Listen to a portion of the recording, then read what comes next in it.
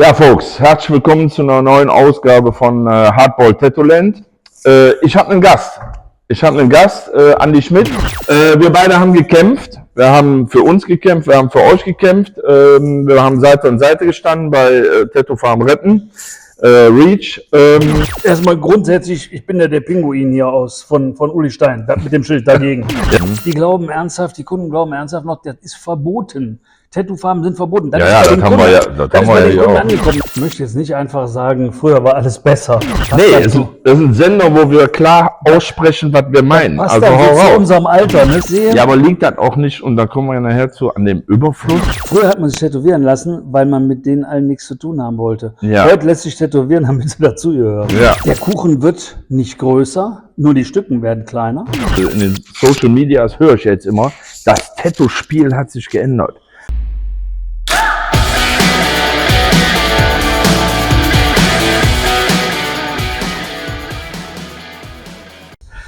Du hast eben gesagt Kunstform. Kunstform. Glaubst du, dass die steigende Popularität von Tätowierungen dazu geführt hat, dass die Kunstform, also Tattoos, in gewisser Weise entwertet wurden und werden? Eben nochmal zurückspulen. Nö. Also, nein, ich glaube, entwertet. Also, ich versuche das mal zu verbildlichen. Ja. Wenn du vor 10 Jahren einen schönen Tiger auf dem Unterarm hattest, meinetwegen auch mit blauen Augen,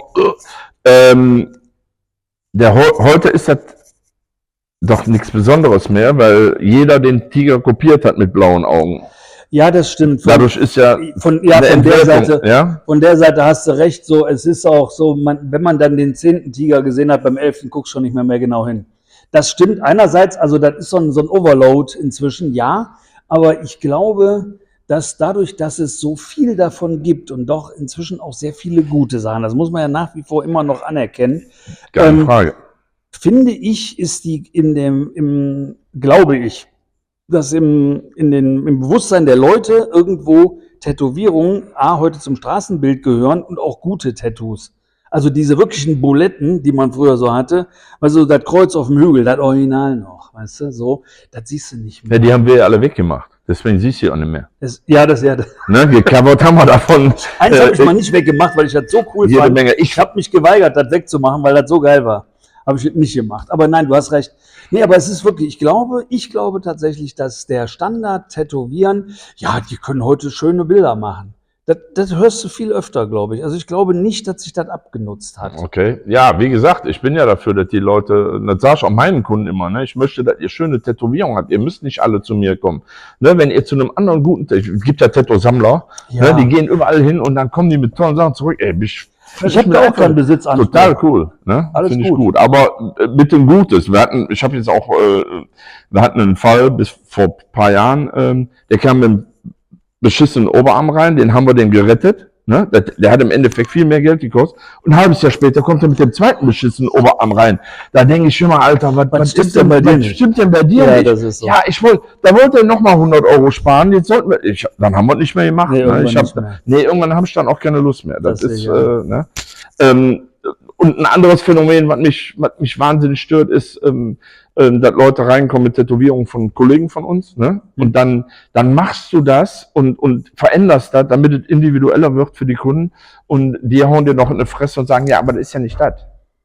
Ne? Also dieses Verständnis für die Individualität, die ist bei mir irgendwie, das ist schwer. Dieses fehlende Verständnis, das verstehe ich nicht. Das ist keine Ahnung. Gut, wobei ich habe ja auch so eine sehr zurückhaltende Art, also eher kontaktfreudig bis aufdringlich. Wenn ich jemandem was erkläre, dann versteht er das dann. Ja, das ist bei mir ja ähnlich. Wir sind da beide ähnlich gestrickt. Ja. Und ich sag den Leuten auch mal, ihr dürft mir gerne ein paar Fotos schicken. WhatsApp tut's wunderbar. Schickt mir ein paar Fotos von Sachen, die euch gefallen. Ich mache keine Kopien, weil Kopie ist in dreierlei Hinsicht beschissen. Das ist Beschiss für den, der das Original hat. Das ist Beschiss an dem, der sich das überlegt hat, für den Kollegen. Und du zahlst für eine billige Kopie, ehrlich jetzt? Ja, machen wir nicht, das ist auch so eine Kommerzialisierung. Machen wir nicht zwei Straßen weiter, machen ja gut, aber da muss ich sagen, da sind meine Kunden, also habe ich weitestgehend so weit, dass ich denen, die schicken mir schon Fotos. Ich weiß, du machst keine Kopien, aber das wäre so was mir gefällt. Ich will ja nur so eine Idee haben und ganz ehrlich, das Internet gibt natürlich jede Menge her. Gerade durch diese sehr viele Schwarz-Weiß, Realistik, du findest jede Art von Blumen, du findest Tiger, du findest das, du findest ein, weiß ich nicht was, ein Tor, du findest dies, du findest jenes, man findet ja alles. Ja. Und dann bastelt man sich dann selber was Neues da draus. Und dann ist es halt wieder, es ist auch nichts anderes als KI. KI nimmt auch das aus dem Internet und bastelt was Neues. Oh, KI, aber auch wieder ein Thema, wo Brandthema drüber kommt. Ich gehe ja noch einen Schritt weiter. Ich sag meinen Kunden, pass auf, sucht gar nicht nach irgendwas. Denkt dir was aus. Denkt dir was aus und wir können das umsetzen. Kriegst du aus dem Kopf aufs Papier, ehrlich? Oder aufs iPad? Ja, aber die müssen mir was erzählen und wir versuchen das zu verbildlichen. Und dann hast du gar nichts an Vorlagen und dann meistens sind sie begeistert. Also die das verstehen, auf jeden Fall. Ne? Ja. So.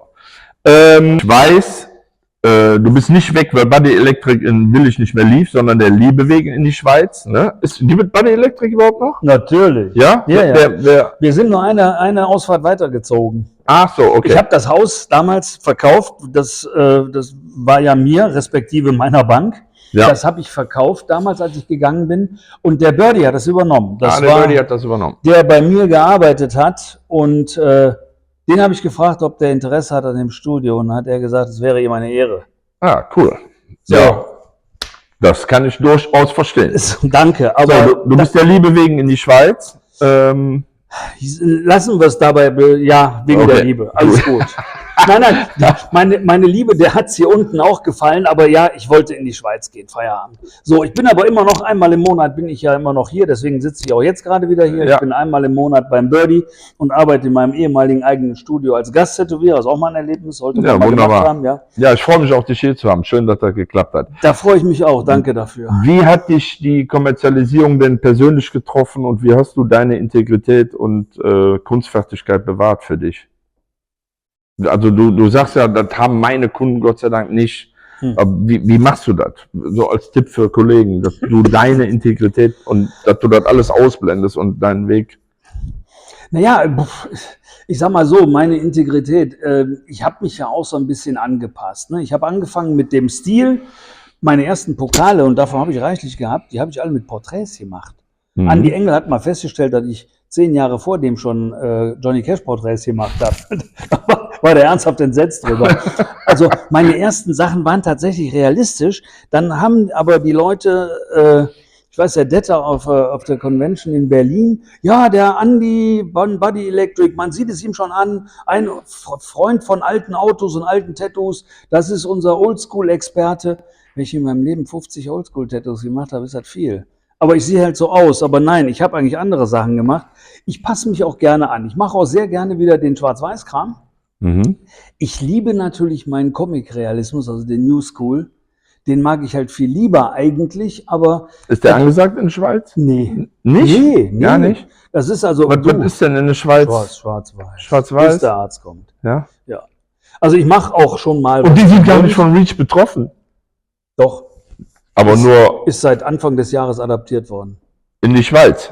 Okay. Noch schlimmer, in der Schweiz werden Farben sogar als steril verlangt. Ja, das ist die Schweiz nicht alleine. Da gibt es noch andere europäische Länder. Andere europäische Länder, ja, aber nicht grundsätzlich die Reach. Aber nee, das ist leider adaptiert worden, ja. Ja, und das ist ja, das haben wir ja auch der Etcher mitgeteilt. Ne? Wir müssen die Reach erfüllen, wir müssen aber auch nationale Gesetze erfüllen und dann darf kein Formaldehyd drin sein, was aber beim Sterilisieren entsteht, aber die Farben müssen sterilisiert sein. Also da weiß wieder der eine nicht, was der andere... Ja, und das Problem ist einfach, das ist wie mit wenn du einen Bauantrag stellst, du willst heute ein Haus bauen, das geht nicht. Du kannst nicht nach Vorschriften bauen, weil die eine Vorschrift widerspricht der anderen. Genauso haben wir das hier. Was du sagst, da ist ja auch Arsen drin in den Farben, aber in Mengen, die sind albern. Das hat aber Kinder da reingetan. Warum auch? Wäre ja Quatsch. Nein. Aber das ist ein Stoff, der entsteht, das ist durch eine chemische Reaktion und teilweise durch chemische Reaktionen, die völlig überflüssig sind. Ja. Wie du jetzt sagst, das Gamma-Bestrahlen der Farbe erzeugt Formaldehyd. Dein Körper funktioniert, produziert aber auch Formaldehyd. Also deswegen, jeder, der jetzt das Wort Formaldehyd hört, der glaubt immer, um Gottes Willen, der muss ich ja morgen sterben. Das ist völliger Blödsinn. Das ist ein körpereigener Stoff. Ja, früher war es Isopropanol, jetzt halt es Formaldehyd. Ja. Und die Mengen sind weit unter dem, was in der Medizin erlaubt ist, was du jeden Tag abkriegst. Also ja, und das Problem ist, was eigentlich auch paradox. Ja, das ist völlig paradox. Ja. Was sage ich mal, einfach viel zu wenig wirklich nach außen transparent gemacht wird. Es ist so eine alte Binsenweisheit, die Dosis macht das Gift. So, und da sind wirklich Mengen angegeben pro Kilo Körpergewicht. Da sind manche, da könnte ich auch pures Gift nehmen, das wird nicht mal jucken. Nee. Zumal eine Sache ganz wichtig ist, das sollte man halt auch immer bitte dabei beachten. Es ist eine Farbe, die in den Körper gelangt, in die Haut. Die ist in der Haut. Sonst würde man das Tattoo ja gar nicht mehr sehen. Das heißt also, das ist nicht automatisch in deinem Körper und richtet da wahnsinnige Schäden an. Das ist in der Haut drin und wenn das Pigment in der Haut drin ist, ist das biologisch nicht verfügbar. Das heißt, der Organismus, dein Körper kommt da nicht dran, weil das ist da in der Haut und das ist nicht im Stoffwechsel mit drin. Das heißt also, was auch immer ich in der Haut da ablagere, hat mit deiner Gesundheit, deines ganzen Organismus erstmal überhaupt gar nichts zu tun. Das ist wichtig zu wissen, weil die Leute immer denken, da kriege ich ja ganz viele, ganz furchtbare Stoffe in mich rein. Nee, die kriegst du, wenn du beim Burger bestellst. Aber das müssen wir rausschneiden. Ja. Die kriegst du wenn du einfach Sachen konsumierst, weil da sind ganz viele Sachen drin, die dann in deinen Körper auch reingehen. Aber das, was wir machen, geht zu ganz großen Teilen in die Haut und ist da überhaupt nicht störend oder gefährlich. Ja, wie ja ein berühmter Forensiker auch gesagt hat, auch die Pigmentablagerungen in Lymphknoten sind nichts Schädliches, weil die machen da nichts. Die Lymphknoten machen die Arbeit, die sie machen müssen. Wenn Pigmente in die Blutbahn gehen, müssen die rausfiltern, dann sind sie da drin, aber die machen dann nichts. Nö, die Funktion der Lymphknoten war einwandfrei danach. Ja, schön gesagt, aber jetzt hast du die Frage immer noch nicht beantwortet. Wie hast du den Tipp für Kollegen? Wie kann man sich die Integrität behalten für seine... Ja gut, also grundsätzlich die Integrität zu behalten, ist grundsätzlich erstmal außer Frage wichtig. Ich finde, man muss authentisch bleiben. Das ist einfach wichtig. Ja. Wenn du versuchst, andere zu imitieren, dann bist du eine Kopie von jemand anders. So habe ich es halt auch probiert. Ich versuche halt, wenn ich meine Tattoos mache, also ich habe meine Kunden so erzogen, die wissen schon, was die mit mir machen können und was nicht. Okay. So, also ich sage denen, das ist zu klein und Entschuldigung, Leute, ihr geht auch nicht mit einem verrosteten Auto zum Lackierer und sagt, mal, ist scheißegal, der lackiert da drüber. Das ist in 5 Jahren, ist das alles Mist. Und das weiß ich auch und deswegen mache ich das gar nicht. Und das irgendwo glauben meine Kunden mir das sogar. Und deswegen kann ich mit denen dann auch wirklich reden. Also, aber du redest auch, du klärst auch viel auf, ne? Ich mache, glaube ich, nicht den Eindruck, dass ich eher schweigsam bin. Ja, nein, ich kläre auf jeden Fall, weil ich möchte bitte, ganz ehrlich, das ist für mich wichtig, ich bin Dienstleister, sehe ich mich nach wie vor. Das heißt, jemand kommt zu mir und möchte eine Dienstleistung haben, das ist jetzt in dem Fall ein Tattoo. Ich kann da auch künstlerisch sehr wohl meinen Stil einbringen, wenn das gewünscht ist. Aber auch das würde ich vorher klären, ob man um ein Porträt dicke Linien jetzt außenrum macht. Nur weil ich das schön finde, muss der das ja nicht schön finden. Richtig. Das muss ich dem vorher auch sagen. Also ich versuche wirklich mit dem Kunden abzuklären, was er denn von mir bekommt. Ich zeige dem sonst Fotos von Sachen, die ich gemacht habe.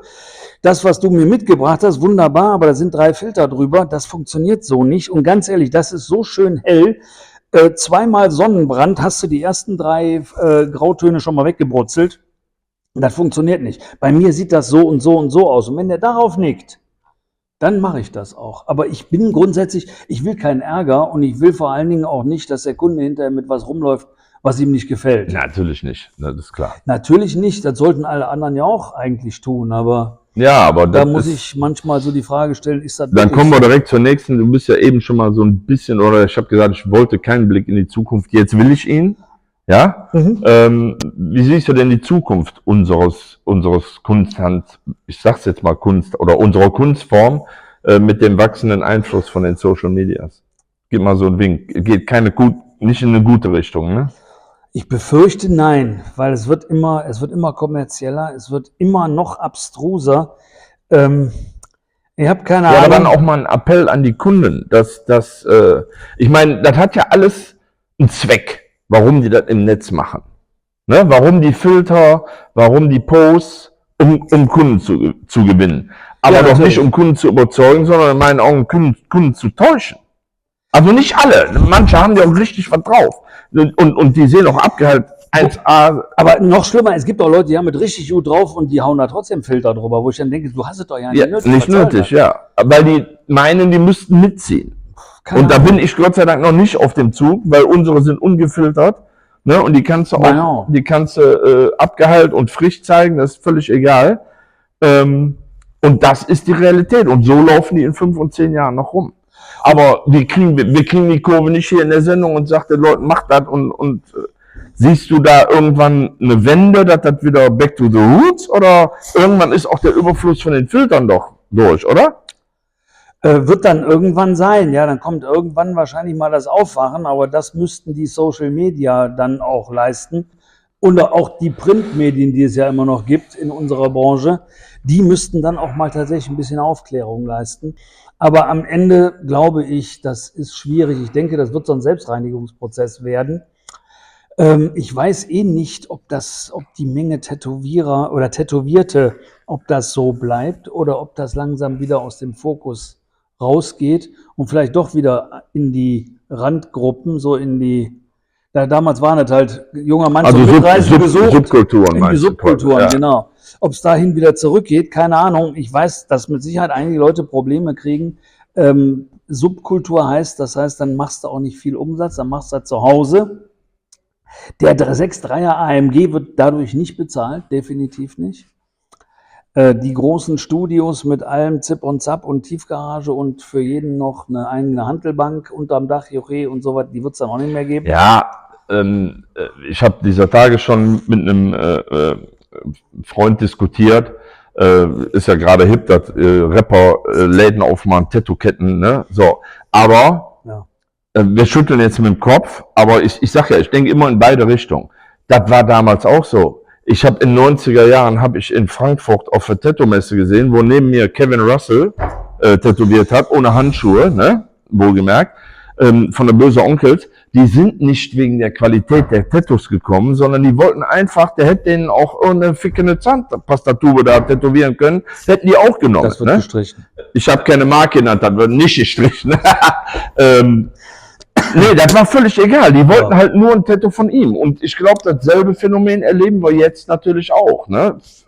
Rapper, die heben den in den Himmel, die finden den toll. Ich glaube, da ist das, was die von dem tätowiert kriegen, echt zweitrangig. Das kannst du immer haben, aber das gibt es ja ich glaube, in jeder Branche, oder? Ja. Aber gut, ganz ehrlich, wie viele Rapper gibt es, die uns die Butter vom Brot nehmen können? So viele können aber nicht Ich rede noch nicht mal von der Butter, ich rede nur von dem Phänomen. Ja, gut. So. Ja, Ja? aber, ja.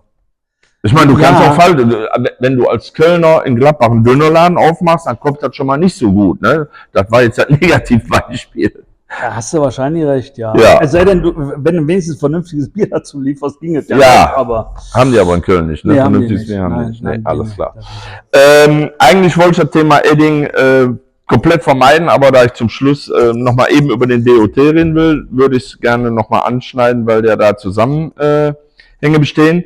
Du bist ja immer noch und mit bei Edding aktiv. ja. Ohne das jetzt vertiefen zu wollen, die Zusammenarbeit mit Edding hat ja auch letztendlich mit zum Aus bei dir vom DOT beigetragen. Ja. Ja, bereust du das? Nö. Würdest du im Rückspiegel dann alles nochmal so machen? Vielleicht alles früher. Früher noch sogar, Ja. okay. Was ist der Stand bei Edding? Du, die haben die gleichen Probleme wie alle anderen auch. Edding ist ja mit dem sehr hehren Anspruch an sich selbst rangegangen und gesagt, wir wollen eine 100% legale Farbe liefern. Mhm. Und wir waren ein paar Mal dicht da dran, Mhm. bis dann plötzlich jetzt wurde das nochmal durchgenudelt und jetzt das nochmal und jetzt plötzlich stimmt das nicht mehr und jetzt sind die Dispergiermittel nicht mehr aktuell. Das heißt, man kommt an einen Punkt, wo man irgendwann sagt, so ganz ehrlich, das ist ein Abenteuer, aber es funktioniert irgendwie nicht. Also die haben die gleichen Sorgen wie alle anderen. Wie alle anderen vorher auch. Das war für mich Stufe 2. Stufe 1 war, du warst damals dabei in Frankfurt. Ich habe in meiner Eigenschaft als Vorsitzender oder zweiter Vorsitzender vom DOT damals, habe ich sämtliche Farbenhersteller, auf die uns in die Finger gekommen sind, mehr oder weniger gezwungen, nach Frankfurt zu kommen. Ich erinnere mich an Mario Barth, der ist mit seinem Privatflieger gekommen mit 10 Mann. Ja. Der hatte den ganzen Hofstaat dabei, Professor, da waren allein 2 Anwälte dabei. Und, ich erinnere mich. Und der nette Pathologe, der hat dann den Host gemacht und hat auch übersetzt. Ich war ja dabei in der Runde. Ist das ja auch aber die doch nicht. Nee. Also ich erzähle dir das, damit die das auch mitkriegen. Okay, gut. Spaß beiseite. Wir haben da gesessen, wir haben uns über alles unterhalten und ich habe gesagt, Leute, da kommt was farbtechnisch. Das wird eine schiere Katastrophe. Ihr müsst endlich aufhören mit eurem Federmäppchenspiel, wie wir das in der 1. Klasse so gemacht haben. Und jeder macht sein Ding und keiner verrät was, weil jeder ist ja kurz davor, den Stein der Weisen zu finden und dann ist er der Einzige, der Farben verkauft und dann gibt es Millionen. Entschuldigung. Mario ist förmlich ausgeflippt nach der ganzen Geschichte. Mann, Andi, war eine super Idee. Wir haben alle unsere Telefonnummern ausgetauscht. Das wird jetzt eine Riesennummer. Wir arbeiten jetzt alle zusammen. Geglaubt habe ich es von Anfang an nicht. Und es hat sich dann auch leider Gottes bewahrheitet, dass es nicht stattgefunden hat. Ich war aber fest der Meinung, da kommt etwas. Und das ist ja dann leider Gottes auch, Mann, bin ich halt leid, immer habe ich recht.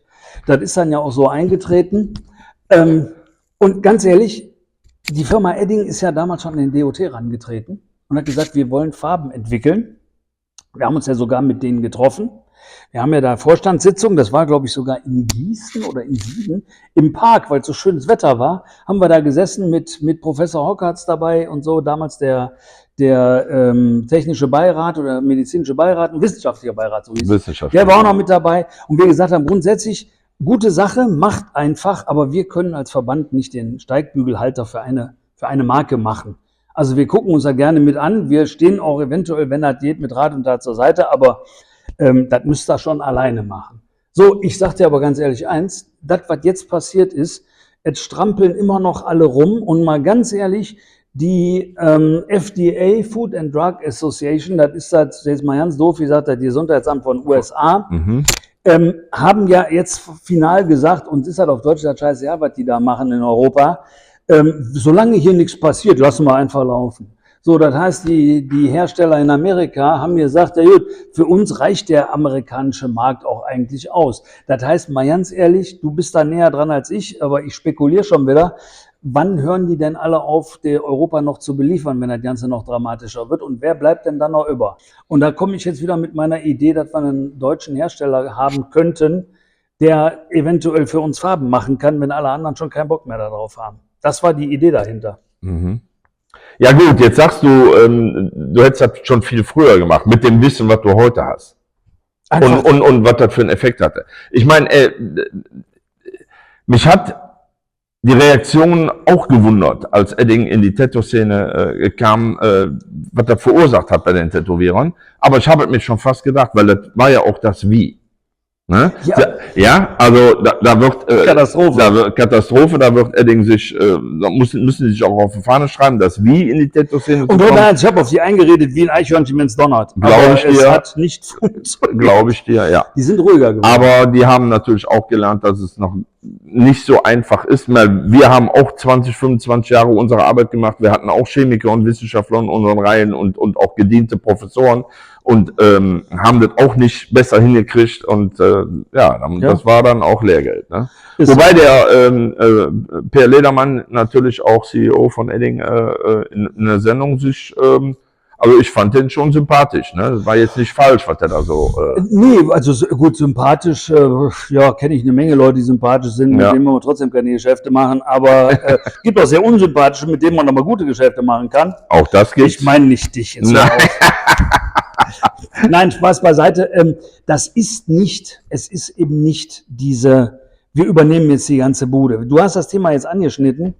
Das, was man der Firma Edding vorgeworfen hat, machen ja inzwischen am Markt einige andere Firmen in ganz anderer Größenordnung.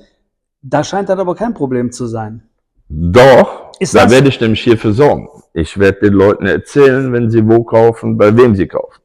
Definitiv. Das wird mir auch viel Stress bringen, aber ist mir sowas von scheißegal. Ich komme wieder, wenn das nicht stimmt. Das wird auch einer der nächsten Sendungen sein. Ne? Ihr müsst nicht bei Magic Moon kaufen, das ist nicht mein Ansatz. Mein Ansatz ist, ich sage euch als Tätowierer, was draußen los ist und wo ihr kauft, wenn ihr bei wem kauft. Und das wird auch eins unserer nächsten Themen sein. Greif das einfach auf. Das ist ein super schöner Abschluss. Ich habe mich tierisch gefreut, dass du hier warst. Ich habe mich gefreut, dass du mich eingeladen hast. Ja, wir gehen gleich noch was schnabullen, ne? Und dann, ich hoffe, euch hat's auch gefallen. Und freut euch auf die nächste Sendung. Ich glaube, da wird's ein bisschen mehr rappeln. Und der Nächste, der hier sitzt, haut nicht mit seinen blöden Pfoten die ganze Zeit vor das Mikrofon. Ich bitte das hier mal zu entschuldigen. Der nächste Gast, den kann ich schon mal ankündigen, wird Andreas Köhnen von The Sinner and the Saint aus Aachen sein. Bleibt sauber, haltet die Kunst aufrecht, wir sehen uns. Bis denn.